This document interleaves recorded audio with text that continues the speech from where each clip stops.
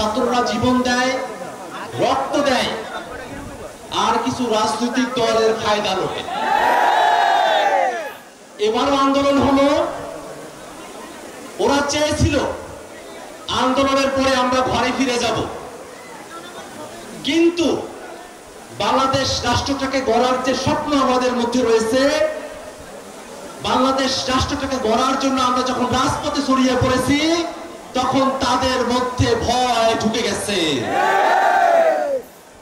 আমরা শাপলা মার্কার কথা বলেছি, তারা ভুলভাবে সেটাকে জাতীয় প্রতীক বলে শাপলা যাতে আমরা না পাই সেই ক্যাম্পেইন শুরু করেছে।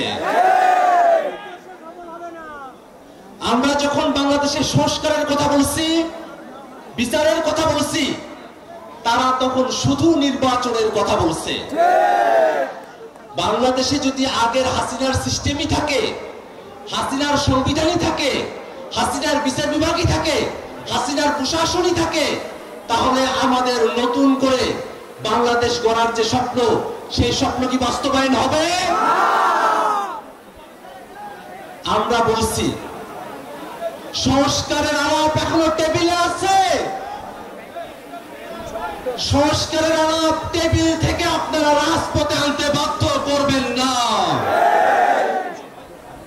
সংস্কারের আলাপ যদি আপনারা টেবিলের আলোচনায় সম্মত না হন, বাংলাদেশের মানুষ জুলাই অভ্যুত্থানে যেভাবে রাজপথে নেমে এসেছিল সংস্কারের দাবিতে, তার থেকেও বহুগুণে তারা রাজপথে নেমে আসবে ইনশাআল্লাহ।